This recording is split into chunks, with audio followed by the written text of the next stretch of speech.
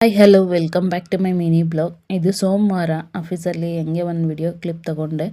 ನನಗೆ ಸ್ವಲ್ಪ ಹುಷಾರಿರಲಿಲ್ಲ, ಹಾಗಾಗಿ ಸೋಮವಾರ ಒಂದು ದಿವಸ ಕೆಲಸ ಮಾಡಿ ಮತ್ತು ಮಂಗಳವಾರದಿಂದ ಆಫೀಸ್ಗೆ ಹೋಗಲಿಲ್ಲ.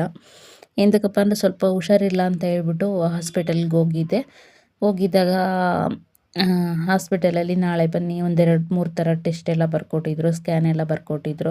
ಸೊ ಅದೆಲ್ಲ ರಿಪೋರ್ಟ್ಸ್ ಬರೋದು ಲೇಟ್ ಆಗ್ತಾಯಿತ್ತು. ಹಾಗೆ ಇವತ್ತು ನಾಳೆ ಅಂದ್ಕೊಂಡು ಕರೆಕ್ಟಾಗಿ ಮಂಗಳವಾರದಿಂದ ಶನಿವಾರದವರೆಗೂ ಡೈಲಿ ಹಾಸ್ಪಿಟ್ಲಿಗೆ ಹೋಗಿ ಬಂದು ಮಾಡಿದ್ದಾಯಿತು. ಹಾಗೆ ಸಿ ಟಿ ಸ್ಕ್ಯಾನ್ ಎಲ್ಲ ಮಾಡಿಸಿದ್ರು. ಸಿ ಟಿ ಸ್ಕ್ಯಾನ್ ಜಾಸ್ತಿ ಮಾಡಲ್ಲ, ನಾರ್ಮಲ್ ಸ್ಕ್ಯಾನೇ ಜಾಸ್ತಿ ಮಾಡೋದು.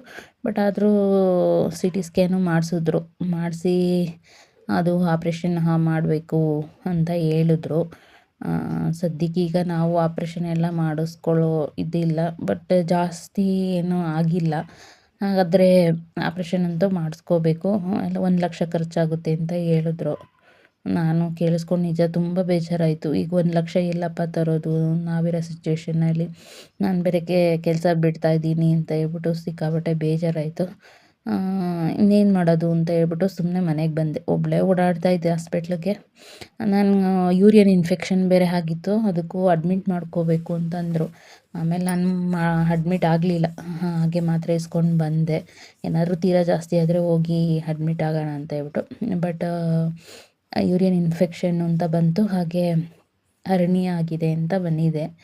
ನೋಡಬೇಕು, ಇದಂತೂ ಆಪ್ರೇಷನ್ ಅಂತೂ ಮಾಡಿಸ್ಲೇಬೇಕಾಗುತ್ತೆ. ಯಾಕಂದರೆ ಎಂಗೇಜ್ ಅಂದರೆ ಅಡಲ್ಟ್ ಅಲ್ಲೇ ಏಜ್ ಆಗಿರೋರಿಗೆ, 30 ವರ್ಷದ ಮೇಲೆ ಆಗಿರೋರಿಗೆ ಹರ್ನಿಯಾ ಹಾಗೆ ಕ್ಲಿಯರ್ ಆಗಲ್ವಂತೆ, ಅದು ಆಪ್ರೇಷನ್ ಮಾಡಿಸ್ಲೇಬೇಕಂತೆ. ಅದು ಒಕ್ಲದ ಹತ್ರ ಆಗಿರೋದು. ಸೊ ಹಾಗಾಗಿ ಆಯಿತು ನೋಡೋಣ ಅಂತ ಹೇಳ್ಬಿಟ್ಟು ಬಂದಿದ್ದೀನಿ. ಮುಂದಕ್ಕೆ ಯಾವಾಗಾದರೂ ಆಪ್ರೇಷನ್ ಮಾಡಿಸ್ಕೋಬೇಕು. ಈಗ ಸದ್ಯಕ್ಕೆ ನೋಡೋಣ, ಮುಂದಿನ ದಿನಗಳಲ್ಲಿ ವಿಡಿಯೋ ಶೇರ್ ಮಾಡ್ಕೊತೀನಿ. ಈಗ ಹಾಸ್ಪಿಟ್ಲಿಗೆ ಓಡಾಡೋದ್ರಿಂದನೇ ಬೇಜಾರಾಗ್ಬಿಟ್ಟು ಒಂದು ವಾರದಿಂದ ಬ್ಲಾಗ್ಸ್ ಏನೂ ಹಾಕಿರಲಿಲ್ಲ. ಅವರು ಹೇಳ್ದಕ್ಕೆ ಒಂಥರ ಬೇಜಾರಾಯಿತು. ಹಾಗೆ ಹತ್ಕೊಂಡೆ ಹಾಸ್ಪಿಟ್ಲಲ್ಲಿ ಆ ದೇವಸ್ಥಾನ ಇದೆ, ಅಲ್ಲೇ ಒಂದು ದೇವಸ್ಥಾನದ ಹತ್ರ ಎಲ್ಲ ಬಂದೆ ಮನೆಗೆ ಬಂದಾಗ ಸಂಜೆ ವ್ಯೂ ಈ ರೀತಿ ಇತ್ತು. ಹಂಗಾಗಿ ಹಿಂಗೆ ಒಂದು ವಿಡಿಯೋ ಕ್ಲಿಪ್ ತಗೊಂಡೆ. ಅಂದರೆ ಮಳೆ ಬರ್ತಾಯಿತ್ತು ನಮ್ಮ ಮನೆ ಹತ್ರ. ಸೊ ಹಾಗಾಗಿ ಹಾಗೆ ಆಚೆ ಬಂದಲ್ಲ, ಒಂದು ಕ್ಲಿಪ್ನ ತೊಗೊಂಡೆ. ಹಾಗೆ ಯಾರೆಲ್ಲ ನೋಡ್ತಾ ಇದ್ದೀರಾ, ನಮ್ಮ ಯೂಟ್ಯೂಬ್ ಚಾನಲಲ್ಲಿ ನೋಡ್ತಾ ಇದ್ದರೆ ಪ್ಲೀಸ್ ಸಬ್ಸ್ಕ್ರೈಬ್ ಮಾಡ್ಕೊಂಡು ನೋಡಿ. ವಿಡಿಯೋ ಇಷ್ಟ ಆಯಿತು ಅಂತಂದರೆ ಒಂದು ಲೈಕ್ ಮಾಡಿ. ಹಾಗೆ ಇನ್ಸ್ಟಾಗ್ರಾಮು ಮತ್ತು ಫೇಸ್ಬುಕ್ಕಲ್ಲಿ ನೋಡ್ತಾ ಇದ್ದರೆ ಪ್ಲೀಸ್ ಫಾಲೋ ಮಾಡ್ಕೊಳ್ಳಿ. ಹಾಗೆ ಊರಿಂದ ಹಲಸಿನ ಹಣ್ಣು ತಂದಿದ್ದಿತ್ತು.